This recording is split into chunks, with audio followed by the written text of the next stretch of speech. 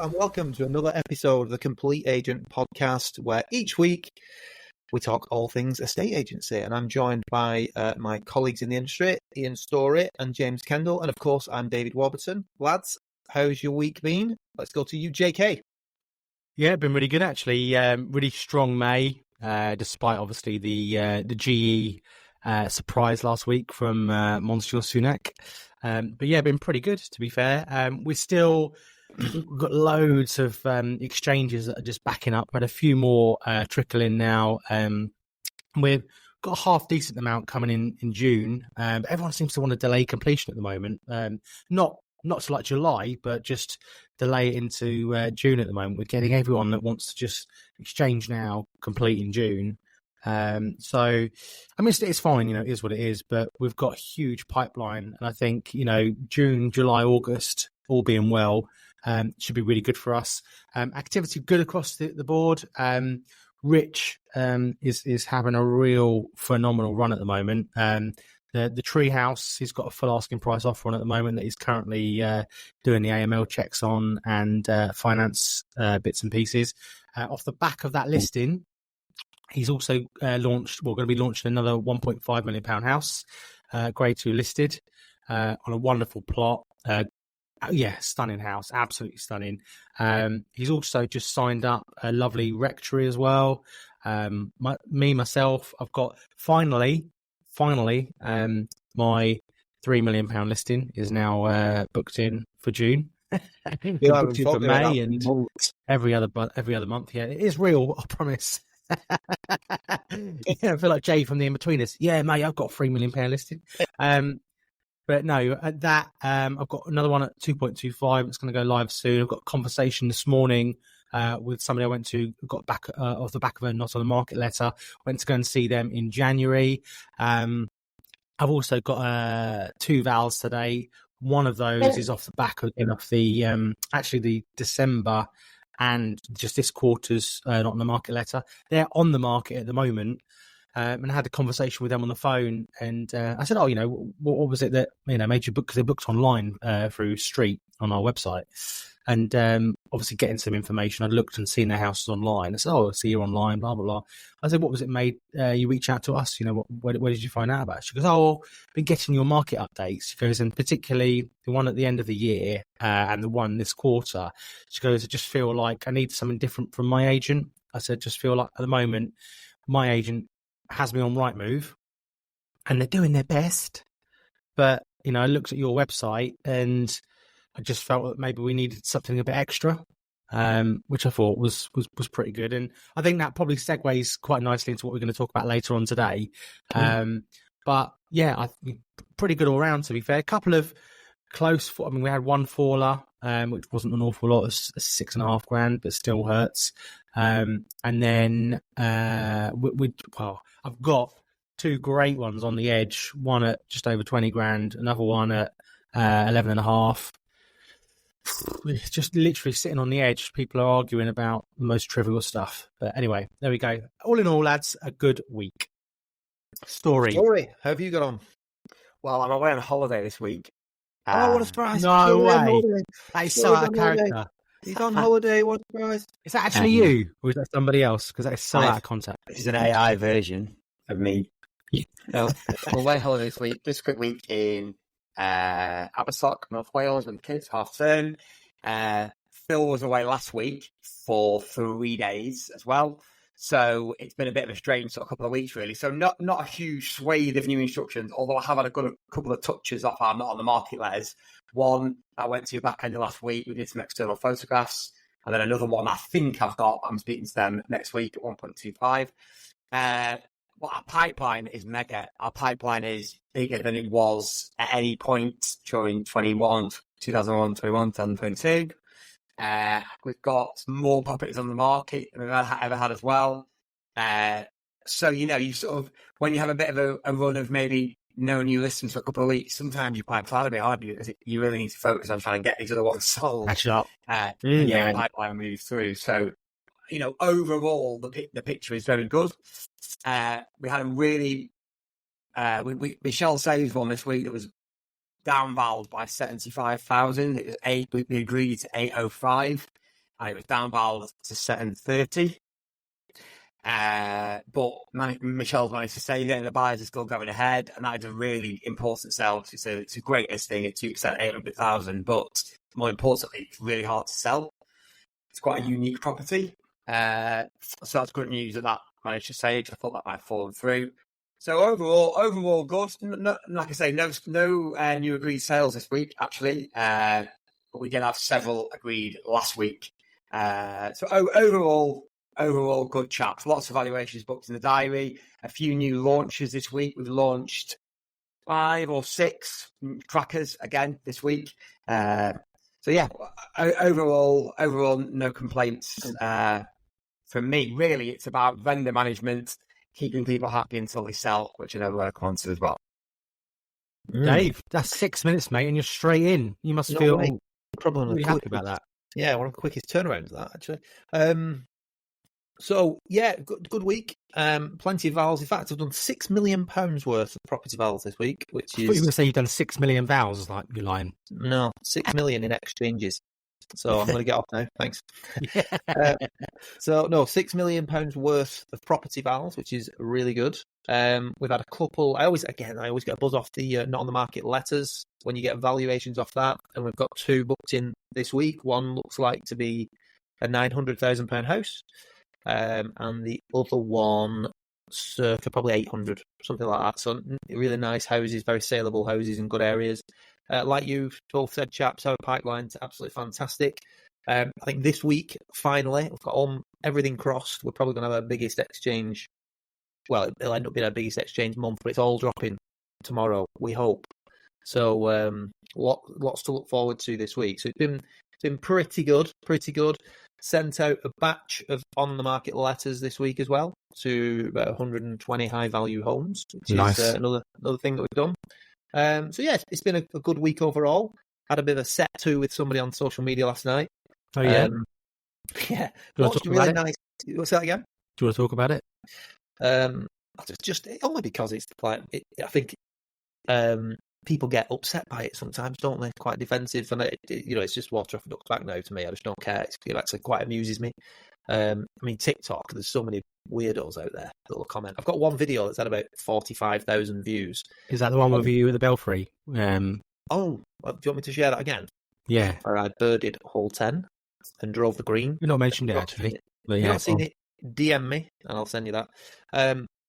No, but there's one video on TikTok that's got like 45,000 views, and some of the comments. I only check in on it every so often, and some of the comments are just outrageous. But the one last night. Go on, Ian. Sorry, you desperately want to say something. What is thanks. it, mate? I wasn't sure if you noticed.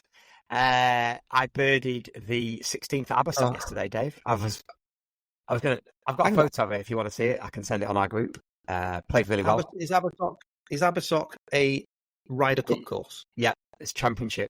They play the Open, I think. I don't think they have. I think it's the ABBA underwear, isn't it? That's the Ryder Cup course. It's just all. It's just anyway, not. Carry on with your fascinating story. Yeah, really boring. That was a really boring interjection, that, Ian. Yeah. I birded the 10th, which is world famous at the Belfry. So again, DM me if you want the evidence. I'll just go on my social pages. Yeah, no, it was just one. We've launched a really great house, and it's the developer has done a brilliant job with it, absolutely brilliant job. And it is, we put the video out on social media. It's got a lot of likes as it does and loved. But you always get the one, don't you? It's never worth that. It's never worth that. And then somebody else will jump on it and said, "Yes, I was thinking the same." And then they all value it on social media. It's on at 475, and they go, "It's only worth 375 that." And I'm thinking, how many houses in Prestwich have you sold, Bob? Piss off. That's what I want to say. That's what I want to say. But I don't. Obviously, you kind of just try and educate your market. So a bit like you were talking about last week, JK, and you did share your response in the group to someone. It was a great response. A bit like you, I just kind of went in and said, "Look, guys, it's a very subjective thing, valuation." No way. So that main road that you're talking about will actually be a benefit to someone, and that supermarket across the road will also be a benefit to someone. But what you're not taking into account is it's actually 1,400 square feet, this semi-detached home, and the pound per square foot in the area is X, and actually it's a little bit higher valuation on paper. But of course, you're not thinking about all that. So it's just, it's just one of those things that they come, and I think you can either just ignore it or you can respond positively. And I think by responding positively, you might not get immediate likes and traction, but I think people see it. I'll be honest, on my page, if someone does that, I just delete them and ban them. Yeah, but this wasn't on the page. This is in a group. Oh, okay. Then you've got to respond then, because otherwise, you look weak. Yeah, exactly. So it's in a local group, and shout out to Josh Gertler as well. He's in my area. He jumped in and actually said how great the finish was. So cheers for having back, Josh, if you're listening. That was good. So it was just another thing on social media, wasn't it? You just get it. It's full of more. Like you said though, Dave, that what you did there, you turned the negative into a potential positive, because not everyone on social media is going to be in your tribe. Yeah, and there'll be people out there that, like you say, like, oh, you fucking bastard, that's 375, but then they're never going to be your customers, are they? No, at the end of the day, they're never going to sell their house with you. Exactly. So it's just one of those things. I just always think if there's anybody, I know we've talked about loads in the past, but if anybody's out there who does get negativity on social media, I think you just got to take it with a pinch of salt. But it's hard sometimes, isn't it? It's hard. The thing is, it does feel like a personal attack, and you always think, well, don't take it personally. But obviously, it's your company and it's your client's home, so you are a little bit like, no, I'm going to take it personally, but also I'm going to defend the house, if that makes sense, and defend my position. But also equally, having a backbone and having an opinion can be a positive. Yeah. People will be thinking, there'll be two sides. There'll be there'll be the Bob side. I'm not going to do that voice again. But then there'll also be the other side of people who are your clients that will be looking at that going, yeah, fair play. I'd want that guy back in my corner. He's got something about him. He's not afraid to challenge people that challenge him, which I think which works really well. Well, the thing is as well, I think, Ian, you made the point ages ago on one of the pods where, it seems strange, but if you're getting recommended on social media on certain groups and things like that, if you're challenging sort of high-end market and things like that, probably not your client. Nah. Which, there's positives and negatives to that, and other people might have a different opinion, but you've got to respond with something, and let the results speak for themselves as well. Yeah, well, this is the funny thing. We've actually had an excellent response to this house, and it's going under offer in the next couple of days. I just wanted to say to the guy, it's sold, mate. Shut up. Yeah. We're not there yet. So I will probably post a picture outside the house with me underneath the soulboard like that, maybe with a bird. Yeah. tag him in the photo. Yeah. So yeah, well, that's just another experience on social media, but you get them, don't you? And I think you've got to be active on there. So just another day in the life. So, shall we segue into what we're going to talk about now? We're going to have a little bit of a chat about the after effects, if any, from the Qi announcement. But also, Dave, we're going to talk about. Well, yeah, I think we're just going to talk about vendor management, aren't we? I think I don't know how everybody's feeling around the country, but I'm pretty confident people will be having an issue at the moment with stock sticking. I'm pretty sure of that, because we're still in a market where there's lots of positivity if you look at the data. So I was with a client yesterday explaining to them that the Rightmove property index, house price index, is actually very important because they spot the trends earlier than anybody. They can see what the activity is like on their websites. They can see what's going under offer, and they can see how quickly it's going under offer. They can also see what it's going under at in relation to what the original asking price was. So whilst land registry is factual and you can't argue with that data, it's somewhat outdated because it's always 3 months behind, and it might also be relevant to things that were agreed 3 to 6 months before that, particularly with the conveyancing system at the moment. So sometimes on land registry, you can be looking at data that's maybe 3 to 6 months at least out of date. So you've got to understand what the trends are currently. So it's a good idea to digest and use the Rightmove house price index and the Zoopla house price index on your valuations and with your vendors.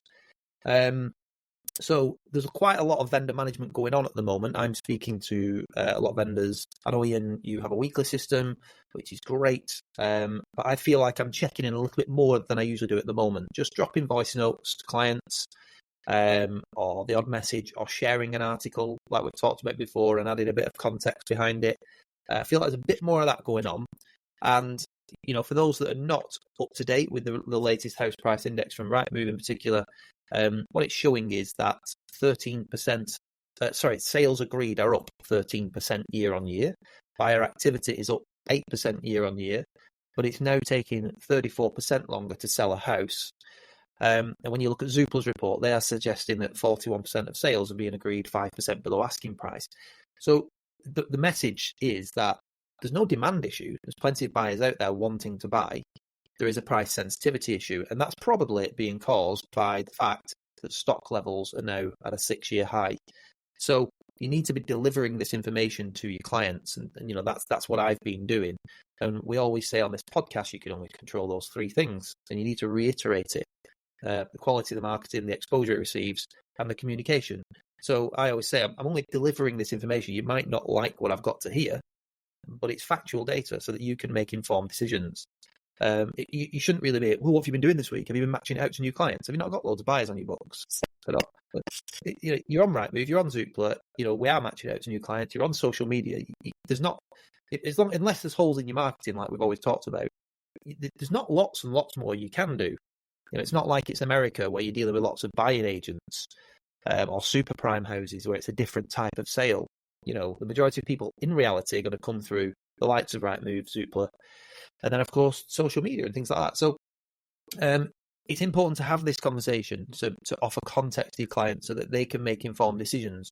But one thing that they will be in danger of doing if they don't take action with their price now is, as we've said in one of our recent on the market letters, is missing the boat, because it depends what market you're in. What I've been looking at actually this morning is the north-south divide. So there's a report come out that Zoopla have revealed, and Midlands and North is all asking prices seem to be up. House price inflation is up. All across the south, it's down everywhere. So there is a clear north-south divide, and it'll be different in different areas of the country. One interesting stat, guys, is that Bolton is one of the biggest growers. It's 3rd on the list, which is obviously where I'm from. But again, a lot of people are being unrealistic with the pricing because they don't know this stuff.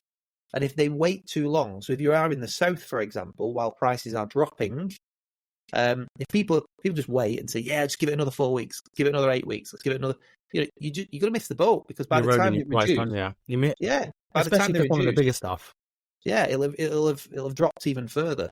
So what data are you sharing with your clients, and what does your vendor management look like? That's the important thing at the moment. I think you've got to keep in touch. And one other quick thing, while I'll pass over to you guys to chip in.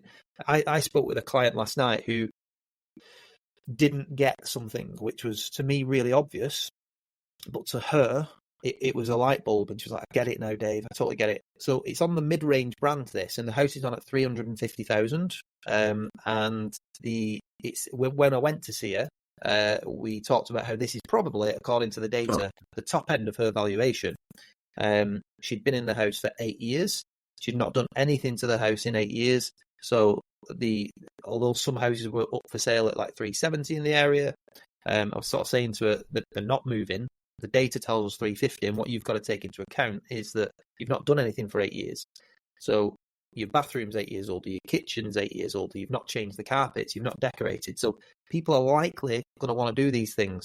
But all I'm doing is giving you the information. If you want to go on at the top end of that value at 350, that's fine. Let's just monitor it. Anyway, she rang me last night to say, I've been thinking about the price, Dave. What do you think? And quite honestly, we're only 4 weeks into marketing, and I don't think I'd really review price properly until they're 8. Certainly if it was me being proactive, saying we've got to review the price, or there's something terribly wrong, because she's been getting viewings. I think she's had 6 viewings in that time frame. So it's not amazing at that end of the market, but it's not bad. But all the feedback's the same. So they say the feedback is there's too much work. And she's saying to me last night, but surely they'd make a cheeky offer. Surely they'd just make a cheeky offer. And I'm saying, well, if you think about it, at this end of the market, they can't make a cheeky offer because they need that money liquid to be able to do the work. So even if they buy your house at 325 and you accept it, they probably need 25 grand cash to buy it. To do the work. Yeah. And they might as well spend 350 on something that's done and mortgage it because it'll be cheaper for them. And that was the light bulb moment for it. I totally get it. Yeah, it makes sense. In theory, they might as well spend 375, 380 because it's going to be less for them because they're not having to physically put 25 grand into a house. They might as well just use that more as a higher level deposit and move into something quicker if they've not got that money. And that's what I'm trying to explain to her. At that end of the market, it's not like people have got 25 grand lying around to do renovations. A lot of the time, they're looking for stuff ready to move into. So that was her light bulb moment, which said, yeah, I totally get it.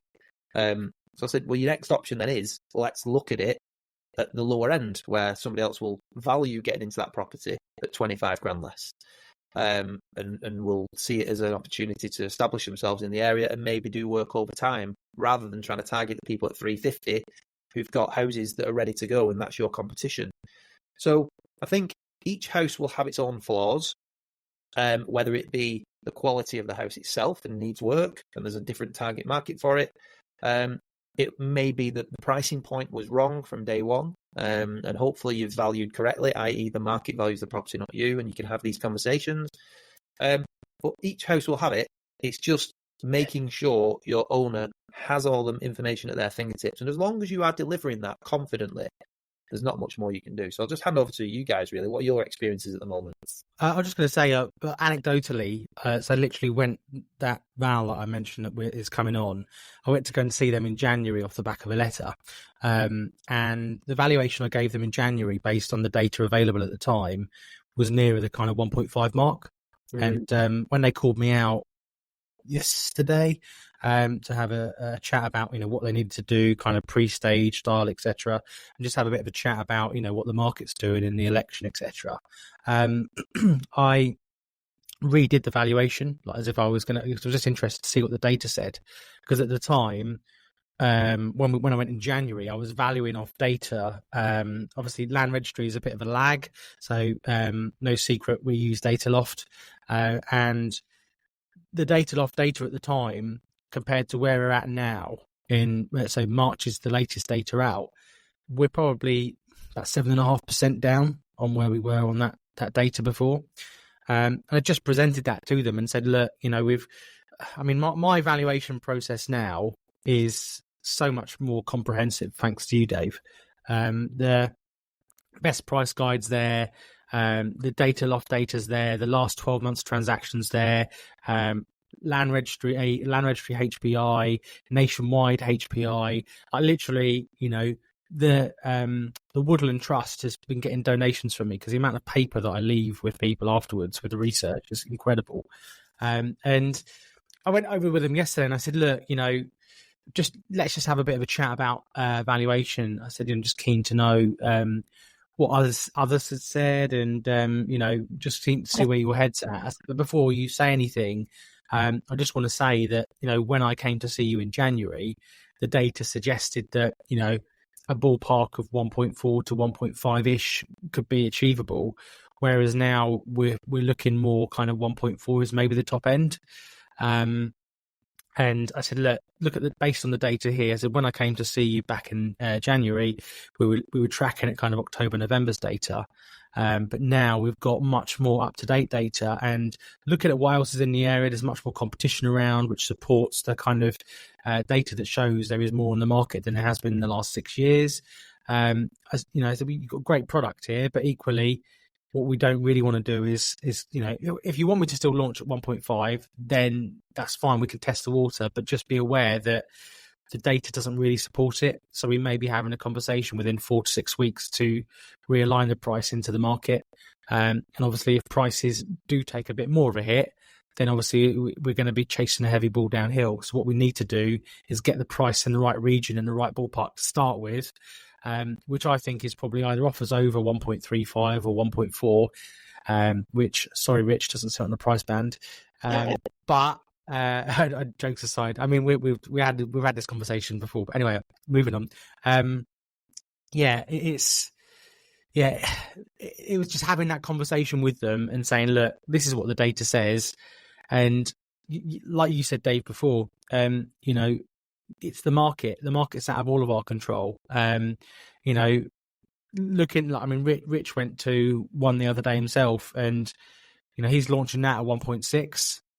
You know, the data's telling us it's 1.5, probably 1.45, but it was on the market with another agent at 1.8. Waste of time. Then came down to 1.65, and apparently they had an offer on it at 1.6. And they, you know, they really want to use Rich, so they've said, look, let's test it at 1.6, which we're going to go for. But the nice thing about it is that, you know, Rich loves data. Obviously, he worked in banking, so he's able to present all that onto the table to them as well and go, well, look, this is what the data's saying your house is worth. You know, what it doesn't suggest to support really 1.6, 1.65. But, you know, it's working with clients. You know, if you've got them, and you're almost better to have, you know, I'm not suggesting pricing to list. Of course I'm not. But, you know, if a client has a figure in their head, and you're talking at the upper end of the market where there is more liquidity and people aren't as reliant on mortgages, and it is much more about the aspirational, you know, you can't just go out and buy a grade 2 listed rectory. You've got to wait for one to come on the market. You know, there might be a fair few here and there, but, you know, if you want to live in a particular village and you want to buy a particular house, you're waiting for them to come up every 30 years. So there is a bit of the 1 in 30 year factor. And sometimes, I mean, this house I went to at 1.5, I sold a house literally across the road for 1.7, which was over £400 a foot. And everything in the area is like mid threes. But there was kind of, it's one of the best roads in Bedford. So there was kind of, it's called Pemberley Avenue. I said there was like a Pemberley tax for that house because it's literally opposite the best private school in the county. The person that's going to buy it is going to have children that go to that school. Ironically, they did. And evidently they ended up buying it, and, you know, we ended up achieving much more than the other agents valued it at. But because we could see the value in, you know, not just £1 per square foot, there was the value in, you know, there's always them anomalies where it's a house that comes up once every 50 years. Well, I think what you've just said there is spot on, JK, because there is the valuation itself, what the market tells you, but then, as you say, at the higher end of the market where there's a lot of liquidity, there's the value that somebody puts on it, and at that level, it could be a lot more if it's about marketing to the target market, which is, again, we're not going to go into this, but where like home staging and styling helps and things like that, you know, presenting the home to the target audience. So, and also, you know, you sometimes there are pricing issues at the moment, I'm finding. So you will go in and say, this is what the data is telling you. And then you might say to them, so what were your thoughts on valuation? And they might be 50 grand more than you're talking about. And it's like I always say to you, tone of voice is important, isn't it? And how you deliver it. But I always say, well, that's okay, because that's the subjective part. Somebody might be prepared to pay 50,000 more for it, but we can't ignore the data. Don't take someone's opinion, follow the data, and market the hell out of it to the target audience that we think will buy it. There's a chance that you will get that.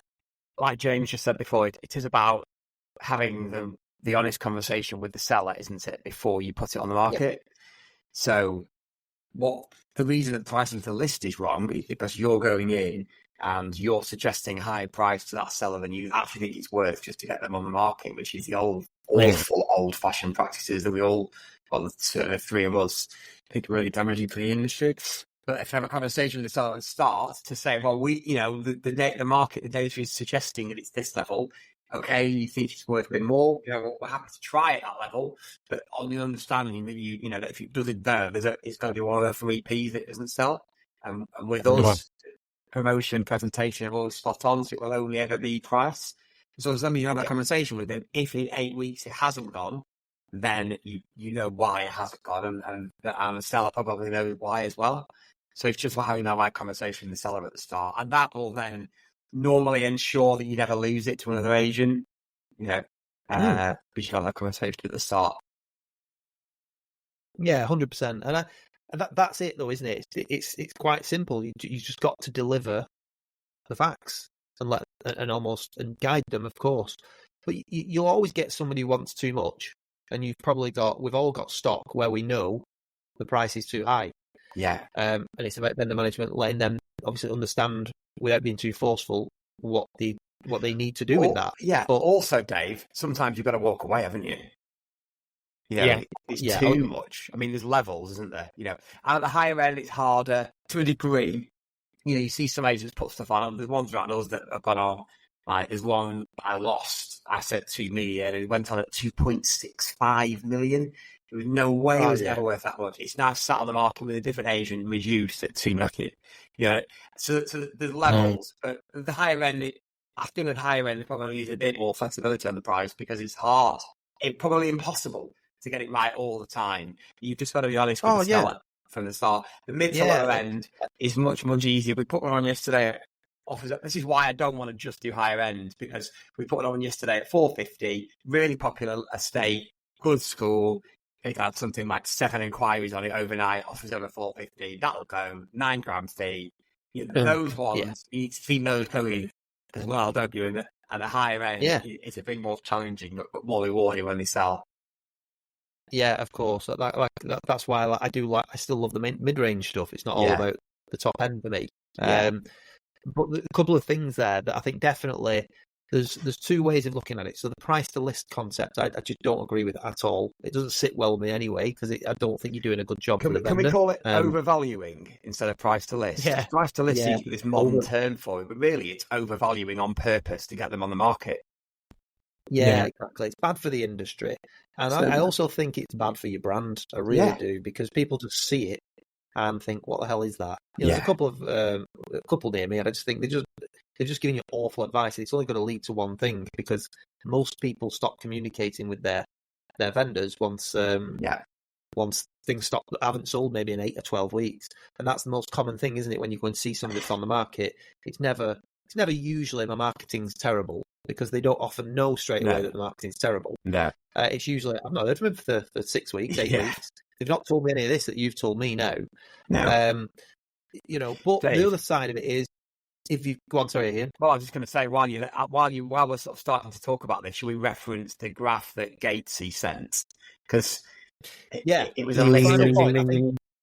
It was a list of the reasons that I think. After you, I think with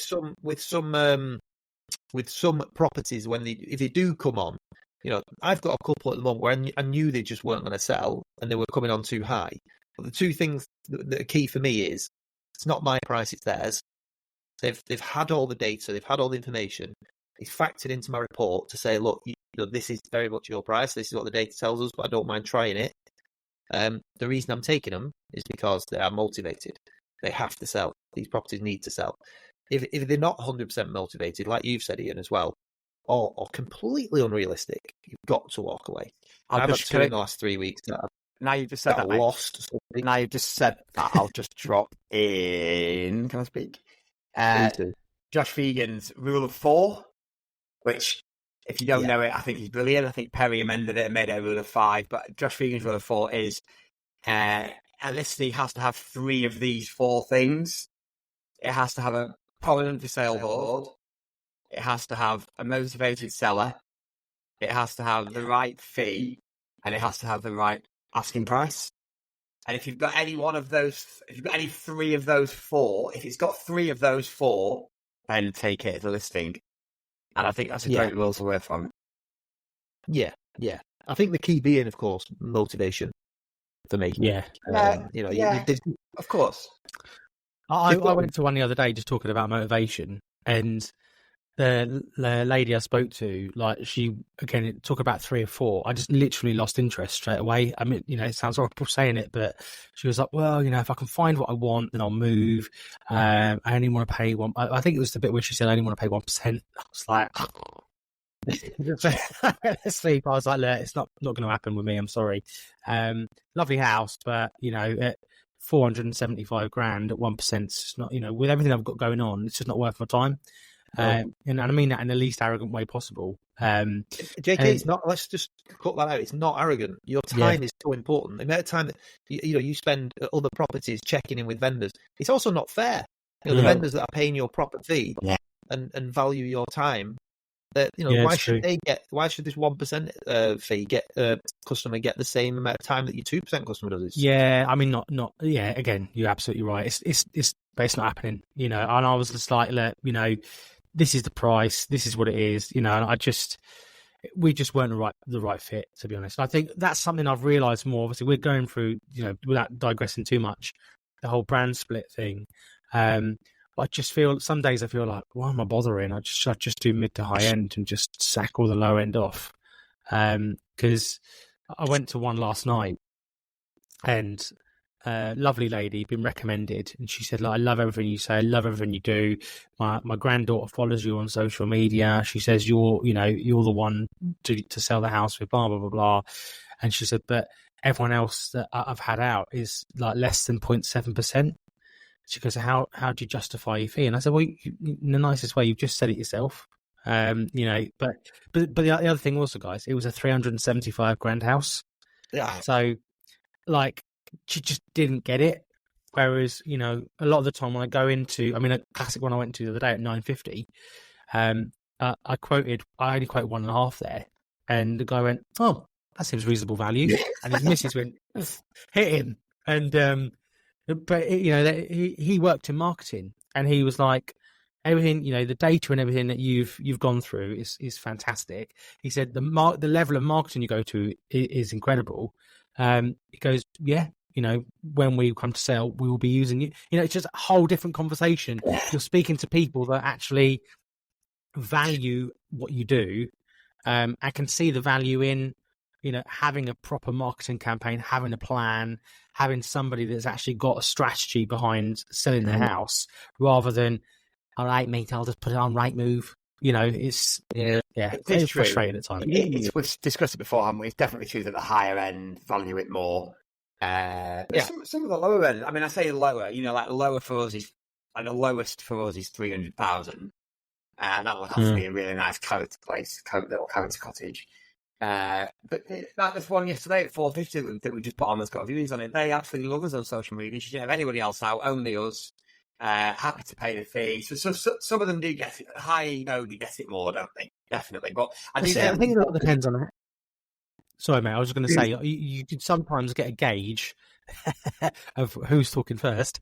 Of whether they're your client when you walk into the house. Yeah. When you see what's in their house, if you see that in the nicest way, if the furniture is cheap and it hasn't been decorated for 20 years, there's a good chance that they're probably not going to value what you do. Whereas if you walk in and they've got like the waterfall edge in the kitchen with the quartz that goes along, and the brand new shaker kitchen, there's a certain kind of identity, I think, of client where sometimes you walk in and you kind of know that, yeah, we're going to be a good fit together, and our marketing's going to make your house look really good. It's reminded me of one that I went to a couple of weeks ago, and it's a divorce. And I met the lady, and she showed me around, and we had a good chat. She's had like 5 agents out, and I'm the most expensive. But she said, "I really like what you do. You're the most thorough. But I've obviously got to get my husband on board. He's spoken to X estate agents who are local, and they're offering like 0.75." And I was like, "Like, I totally get it.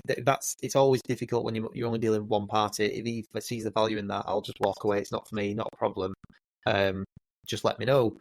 But during that appointment, she basically said, like, the kitchen does need replacing the kitchen, and I think somebody's got to open up the kitchen diner. And she'd said, we've got some quartz, I didn't even know you could do this, but some quartz toppers or something that goes across the top of the existing worktop. And I said, it's coming in the next few weeks. And I said, right, yeah, okay, great. So it will make it look a lot better. And we'd already spoken about how somebody might pull the kitchen out.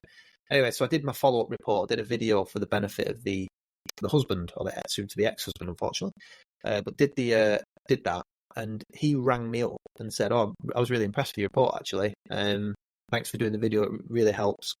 Went through a few bits, and he said, "Obviously, quite a bit more expensive, double the one that I was going to use, but I can see the value in it." So, all right, great, okay, no problem. And then he went, he said, "But I can't get my head around why you've recommended quartz worktops." I went, "Hey?" So I haven't recommended quartz worktops, and he said, "No, she said that you said we should get the quartz worktops on." I said, no, she told me that you'd ordered the quartz worktops. She went, right, so do you not think we need the quartz worktops? I said, well, what are we talking here? He said, we're paying £4,500 for them. I said, no, I don't think you do. I think someone's going to come in and they're going to take out the kitchen. That's what I think will happen in all honesty. I said, if you can get, they are knackered, these worktops, by the way. So I sort of said, I think if you can get like a better fit for it and make it look a bit newer, it might help you. But, I'm not saying you should put £400. Yeah, all right, thanks very much. The next day, she rings me up. Why are you telling me that we don't need quartz worktops? I went, I've not said that. Oh my God. That's a massive domestic between this couple. I said, I've not said that. I've just said, you told me you've ordered them. We didn't really have that conversation. Where is that on that graph, by the way? That graph from Gatesy. Yeah, just got the graph. Just funny. Got the graph. Who's got the graph? Yeah. Okay, so 1% says the agent didn't recommend quartz worktop toppers.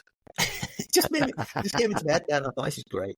Anyway, right, yeah. So the legend that is Simon Gates sent me a graph, and I did tell him I was going to share it, so I hope he doesn't mind. It's tough shit now, Simon. I'm sharing it. But yes, it's some interesting information. So it says the heading was factors that are important when switching agents. So I need Gatesy just to confirm where this data is from. It looks a bit right-movie. It does, yeah. Yeah. But the top thing that people alluded to when they were thinking about switching agents was they were not doing enough to promote my property. So that's their immediate thought, that they're not doing enough to promote my property. And again, to me, this all comes down to communication. Yeah. Because it may be that the promotion's garbage and they need to make improvements to the marketing. But in reality, like I say, it'll be on Rightmove, it'll be on Zoopla. A lot of people's social media is garbage as well and things like that. We know that. But the communication will dictate whether they're doing enough to promote it, because they'll be constantly communicating about what they're doing, won't they? The next response was the agent wasn't responsive enough. So that's the communication side of it itself, isn't it? Can I just say, Dave, just before you skip onto this part here, so I'm just keen to add value for anyone that's listening. You stay silent then. So what's that? You just stay silent then. Yeah. Very good. So if someone's listening to this and they're going, right, okay, the seller doesn't think we're doing enough to promote the property, like I think, let's throw it to the room. But what do you think an agent could do to ensure they are promoting the property, like so a client wouldn't feel that way? Well, I would say go right back to the mini-series and just talk about how you look and how you actually promote a property. You've got to do everything on every listing. So if it's, for me, if you've not got professional photography, you've not got high-end videography, presenter-led, you've not got great description, you're not doing brochures, you're leaving gaps in your marketing, and it gives them an out. It gives them an out to say, well, they do brochures or they do video. So be consistent. Every single listing, we know agents personally, lads, where they'll say, well, I didn't do a video on that one because the fee wasn't big enough. Doesn't matter. That's your problem, not theirs. You need to go and sell your services and the benefits of why doing it will help you sell. And if they don't want that, you've got to walk away. They are not your client. Yeah. Also, you write it down in a plan and give them the plan when you start. Yes. So they, obviously, it's great and valid because you sort of talk about, our clients most of them keep the plan. And some of them refer back and they go, we're at this stage now. Have you done this part of the plan? And obviously, generally, unless we make a mistake, we do everything we say we're going to do. So having the plan is brilliant, because if they're sat there and there's been no viewings 2 weeks, they can look at our keeping fresh policy, which is, I think, step 11 in the plan. They can see what we're doing in the background, and they know what we're doing to promote their homes. And no one ever comes to us and says, you're not doing enough to promote my property. That just would not happen with us. And it's because we everything on every single listing, like you said, Dave, it's vital to do that. Yeah. So 100%. I would take a look if you're listening to this and you're worried that you're right. Okay, you're going to potentially lose in stock to your competitors. Look, first of all, I would go onto your own Rightmove page, and the first thing I would do is, as Dave says, look at your quality of your photography. Are you using a professional photographer? Well, if you're not, then you leave yourself open. But there's plenty of homes that we see that have got iPhone images of homes, even mid to higher, at any end of the market. I must admit, the least expensive house I think we've got is like 200 grand, which is a coach house of a friend of ours, all the way up to what's the most expensive one we've got at the moment? I think 1.7 at the moment. Everyone has got professional photography, regardless of what it is. The formula is always the same pretty much in terms of the basics that go in. Look at your quality of your photography. Then look at things like your floor plan. Does your floor plan have measurements on the floor plan? Basic things that will frustrate buyers, because buyers want to look at your floor plan and compare it to what they've got to see whether it's worth moving. Yeah. Then, again, like Dave says, video. Have you got video covered? It's 2024, guys. If you're not doing videos on your listings, then you're leaving yourself open to people like us. If you've got a listing on, online, hasn't sold, if a seller calls someone like us out or one of our members that's doing these sort of things, you leave yourself open, because we can say, well, one of the reasons your house probably hasn't sold is because it's not being shown off by a presenter-led cinematic quality tour, that can be promoted on social media, that gets tens of thousands of views. What's your agent's social media strategy? I think it depends as well what sort of agent you are. I mean, if you're a volume agent, listen, I don't agree with not doing professional photography, but there are loads of agents in my town who don't, and they're doing really well because they've got huge volume, and they probably don't see a reason to change. And a lot of it's at the lower end, but obviously we're kind of mid to high end agent podcast, aren't we? Anyway, and it's absolutely essential. You just can't have gaps in your marketing, because they can pick holes in it. Yeah. So, and I've got a good example. There's a listing that I generated, or rather a house lead that I've generated from one of the buyer letters, and they're actually on the market with someone else at the moment. She just rang me. We had a chat. The house is not right for my buyers, but I then got into, obviously, how are you getting on? And she just said, well, garbage, not really getting much. We had a couple of viewings. She said, I don't think they're doing much to promote it. And I looked at the advert, and it's not that bad. They've got professional photography, but what she said is that I'm ringing them, telling them what to do. So I had to get them back out to take a drone shot. I had to get them back out to take proper garden shots. They missed off my waterfall. They took the photos on a really bad day. We've done 2 open days. And I'm like, well, she's telling them what to do. She feels like she has to do it. And they're probably just going, oh, yeah, okay, then I'll do it. We'll do it. And it should have been done in the first place. Or they should be saying, look, this open day thing, the idea you've got isn't going to work. It's a pricing issue that's a problem. But is it a pricing issue when it's not promoted properly? So when they've got that negative thought in their head, they think that there are gaps in the marketing, then it leaves you wide open. Whereas if you can confidently say, we have done everything here, do you think that the house could look better on its promotion? No. Do you think the video is good? Yes, I do think the video is good. Right. Are you happy that you're on Rightmove? Are you happy on Zoopla, etc.? You've seen what social push we're getting. It can't be anything else. So, yeah. But also, Dave, just on that, is you lose authority. If you're the agent that's being told by the seller, the again, probably a whole other podcast, but the power play dynamics, certainly at the mid to higher end, you're the expert and you're the one that's advising them. And if you lose that, where, don't get me wrong, sometimes you can be open to suggestions. If someone says, can we do this? Or, what do you think if we did that? Or like you, Ian, the other day, the lady with her wisteria, can we get some shots of the outside while the wisteria's out? Yeah, absolutely. Of course we can. But as soon as the seller starts saying, right, do we need to do an open day? Right. Do we need to do this? Right. Do we need to do that? All automatically, you've gone from being the expert to just being the lapdog. And then all of a sudden somebody else comes in with, critiquing the marketing and offer them another solution. That's it. You're gone. They want someone to sell their house. I think that's where a weekly update is important. So we do a weekly update every Monday, and on the ones that are slower, much slower, I do probably a Loom video. So on every Loom video, we look at what's on the property, what's on the market around then, above then and below then, have any of those sold? How long have they been on? So we do that every week to reiterate to the sellers what we're doing, and that it's the market, not us. And I think you hold that hand. It's about holding the hand and keeping with them every week. And then sometimes if you need to suggest something, or we change the main photo on Rightmove, and then I'll report the Loom video to say, well, before I start this, I've refreshed them. Kind of doing those things every single week. to show them that you're there. And then most of them won't leave you. They'll never leave you. No. And we know if it's marketed properly, it's always the price. So it's just about communicating and managing the client until you get the price right. One of the things I was looking at was that 25% of people, the agent wanted to reduce the asking price. So that's quite a high percentage of people. 1 in 4. Absolutely not needing agent, but that's it's not the agent that wants. It shouldn't be the agent wants to change the price, should it? It should be that the market isn't the price isn't right for the current market, and it's about educating them to see that that's. I think that could probably come back though, mate, to what we were saying earlier about overvaluing, where it's probably rather than just the agent wanted to reduce the price, it may well be, to turn that on its head.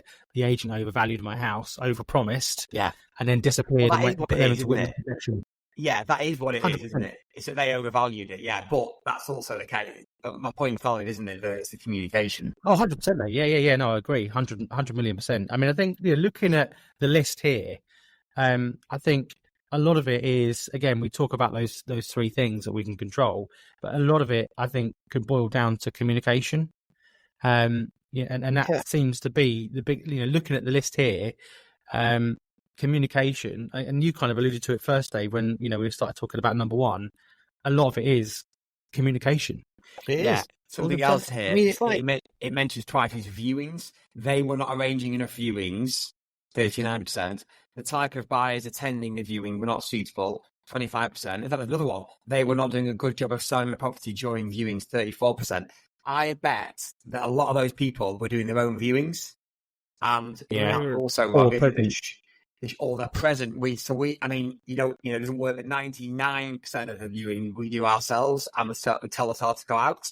You don't want sellers there for viewing because they'll form opinions that maybe aren't valid, and they're obviously then thinking that they're the wrong people. And as we all know, I mean, that's one of the most common things people say, isn't it, when they're unhappy with an agent, or that they were sending the wrong sort of buyers. And you think, it's impossible to send the perfect buyer to view your house, which is they asked us to view it. We're not going to say no or try and find a negative in a way. But sellers just shouldn't be there for viewing. And 3 of those points on that list are about viewings, and I bet it's because people are doing their own. Yeah, managing clients. I think that's ultimately communication and managing clients. If your marketing's on point, again, talking about those 3 pillars, like if your marketing's on point and you're managing the client correctly, and when I by managing, frequency and quality of the communication with them on a regular basis, then I think that's probably why, we lose so little between the 3 of us. And again, there's a great thing that everybody can do today. What we all know, if you're listening to this today, it's Thursday, the 30th of May. The Zoopla House Price Index report has just come out. I don't like Zoopla, the website itself, property listings, but it's great data.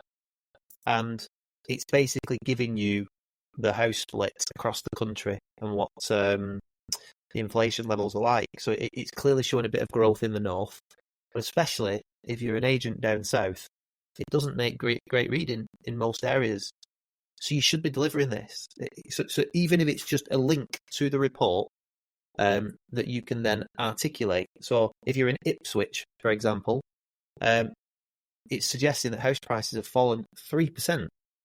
Right. So, if you've got a house that's been on the market for 12 weeks, if your client isn't taking action now, and that trend continues, they could lose thousands and thousands of pounds by not taking action now. Really? Your other option might be to say to them, if you deliver it properly, is that you might want to consider a break from the market, depending on what their motivations are. We've got a general election coming up. We think that the interest rates will possibly drop later in the year, and that might lead to a little bit more growth. But ultimately, the problem that we've also got at the moment, which we didn't have in the previous 2 or 3 years, is that stock levels are at the highest they've been. And actually, I said 6 years before, it's now 8 years, lads. So, stock levels are at an 8-year high. So there's clearly a lot more choice, which buyers didn't have. And therefore, that's going to affect people's decisions and ultimately what people can offer, because the buyers are now getting a little bit more of the power. So how are you delivering this news? Are you actually telling your owners about it? And are you telling your followers on social media about it? That's the sort of thing that you should be reporting today. Even if you don't drop the whole report in, take a section of it that's relevant to your market, post the graph and say, I think we need to catch up about the prices because this could massively impact you.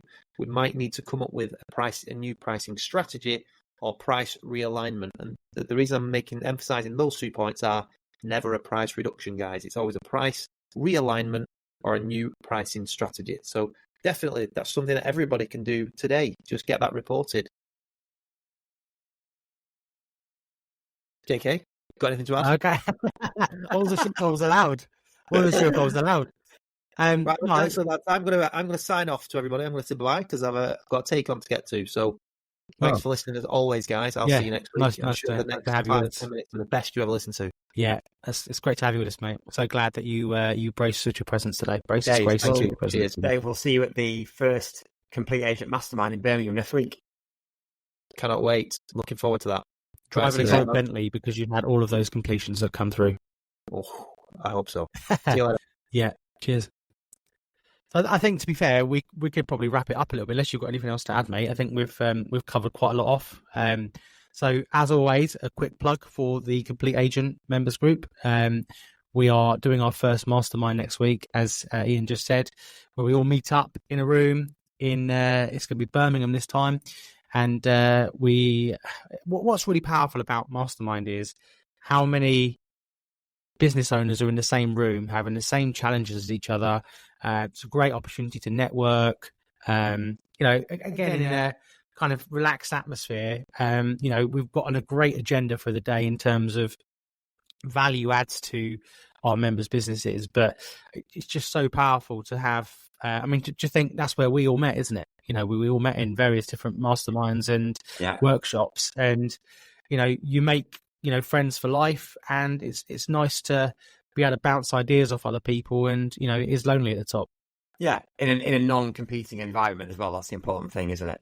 So it's everyone in the room knows that they can be completely open because they're in a non-competing environment, which is fantastic. So can't wait for all the members of Pulse about it. I think there's over 20 people coming. It's great, really, really, really, really looking forward to it. So we don't massively plug ourselves, do we? But we are always looking for new members. So if you're interested and you think we're able to help you getting more goals and convert to the higher end, using our experience 20 years now, then please get in touch. Yeah, and I think that is the thing. It's $497 plus VAT per month, and it gets you 10 years ahead. Like if I had access to this 10 years ago, imagine how far ahead would be now. Crikey. Yeah. You get the benefit of the secret sauce. What we give you will get you through the doors of the higher end homes, and will help you sell the higher end homes. So if that's what you want at mid, not just higher end homes, the mid market. So where I am, 500 plus, all the way up to, and as you said, Ian, 500 to $1 million at 2% is where the gold is. Would you like to be in a position where, just quickly, I sent you guys a screenshot of our sales list in 2014 the other day, and in January 2014 we did a whopping $5,500, which was about 4 sales, I think. And you look now, and one of our sales in just recent times has been like $24,000, for one sale. So if you want a piece of that and you want to know the secrets, you can buy into having your own mid to high end offering by joining the Complete Agent, and that's as simple as that. So thank you all for listening. It's been a pleasure to have you, Dave and Ian. Dave has gone, but Ian's here, and we will see you next week. Cheers, guys. See you next week.